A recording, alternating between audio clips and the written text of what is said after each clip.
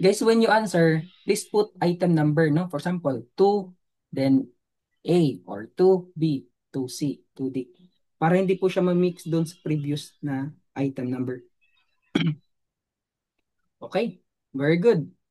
Ang nakita ko po ay marami pong letter B, and that's correct. Residual, no? Other term for residual ay sedentary, no? Take note niyo po.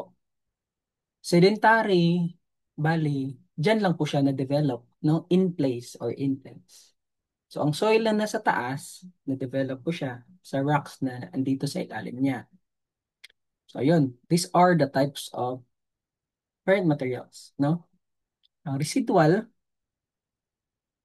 pwede din po siya magiging transported kasi pag, yun, pwede naman po siya if there are uh, drivers or agent like water, wind, pwede po siya mag-transfer, no?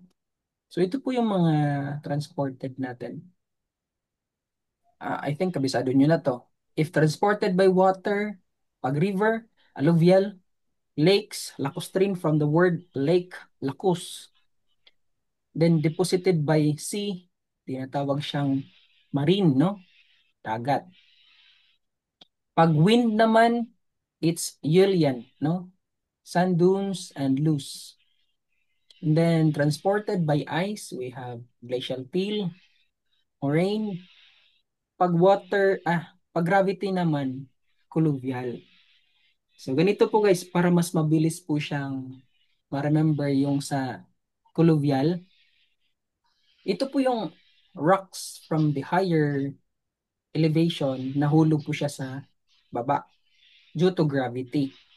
Now, pagkahulog niya, sa, ito po ay joke for the Bisaya, no? Wala siya na hayang, nakulob siya. Nakulob. Muna gitawag siya og kulubyal. Pero joke lang na siya. Para mas madali nga, nahulog